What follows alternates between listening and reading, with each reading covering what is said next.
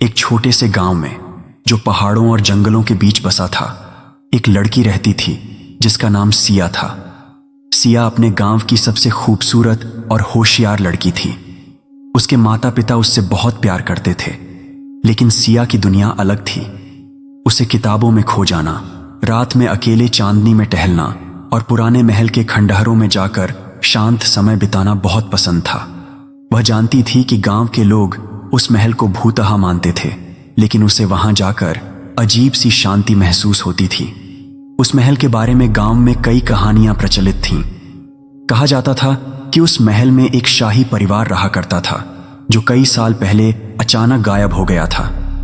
कोई नहीं जानता था कि उनके साथ क्या हुआ, लेकिन उसके बाद से उस महल को लोग अभिशप्त मानते थे। गांव वाले कहते थे कि वहां रात के समय अजीब अजीब आवाजें आती हैं और कोई अदृश्य शक्ति वहां घूमती रहती है। एक रात चांदनी अपने शबाब पर थी। सिया अपने कमरे में बैठी सोच रही थी कि आज वह महल के पास जाकर देखेगी कि सच में कुछ है या नहीं।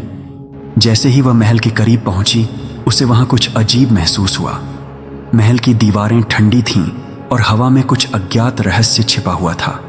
फिर अचानक उसे एक हल्की सी परछाई दिखाई दी। सिया डर गई, लेकिन फिर भी उसने अपने कदम आगे बढ़ाए। जैसे ही वह परछाई के पास गई, उसने देखा कि वह कोई इंसान जैसा था, लेकिन पारदर्शी। उसका चेहरा बेहद सुंदर था और उसकी आंखों में एक गहरी उदासी थी। सिया ने डर के बावजूद उससे बात करने की कोशिश की। तुम कौन हो? उसने धीरे से जवाब दिया। मेरा नाम आरव है। मैं इस महल का आखिरी राजा था। बहुत साल पहले मेरी मौत हो गई, लेकिन मैं अभी भी यहां कैद हूं। सिया हैरान रह गई। वह जानती थी कि वह किसी भूत से बात कर रही है, लेकिन आरव की आंखों में एक ऐसी गहराई थी जो उसे उसकी ओर खींच रही थी। आरव ने उसे बताया कि वह एक श्राप की वजह से इस महल में कैद हो गया है और जब तक उसकी आत्मा को सच्चा प्रेम नहीं मिलेगा, वह यहां से मुक्त नहीं हो सकता। आरव और सिया के बीच बातचीत बढ़ने लगी। हर रात सिया महल में आती और आरव उसके साथ बैठकर अपने जीवन और अपनी परेशानियों के बारे में बात करता।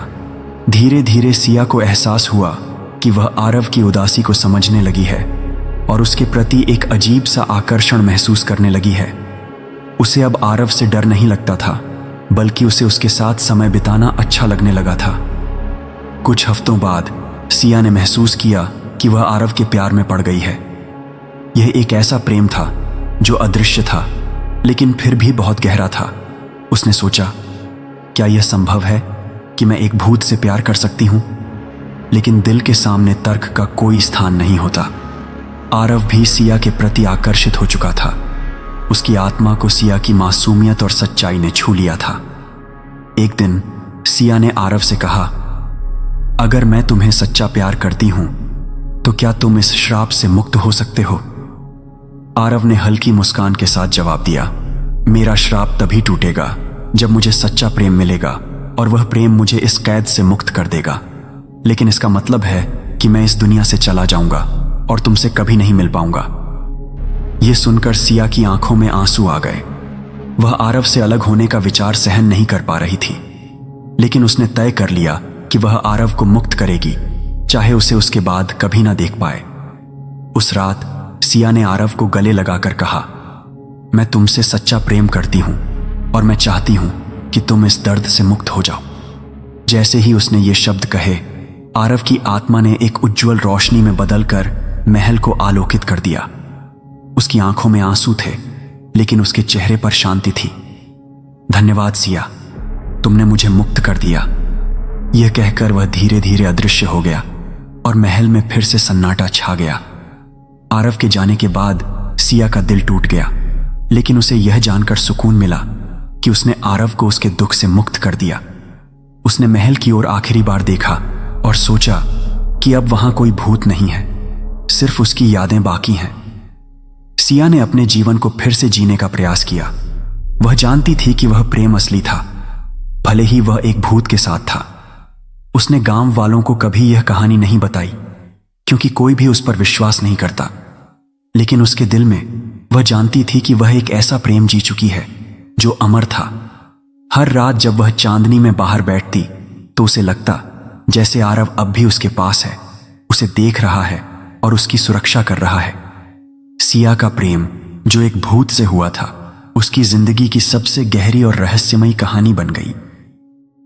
इस कहानी का संदेश, यह कहानी केवल एक भूत और इंसान के प्रेम की नहीं है, बल्कि यह हमें यह सिखाती है कि सच्चा प्रेम किसी भी सीमा, यहां तक कि जीवन और मृत्यु की सीमा को भी पार कर सकता है। प्रेम की ताकत अद्वितीय होती है और यह किसी भी श्राप या बंधन को तोड़ने की क्षमता रखता है। दोस्तों, कमेंट बॉक्स में बताओ कि आपको हमारी यह कहानी कैसी लगी। अगर कहानी अच्छी लगी हो तो वीडियो को लाइक करें और चैनल को सब्सक्राइब करें और बेल आइकन को प्रेस करें ताकि आगे भी आपको इसी तरह की कहानियां सुनने को मिलती रहे।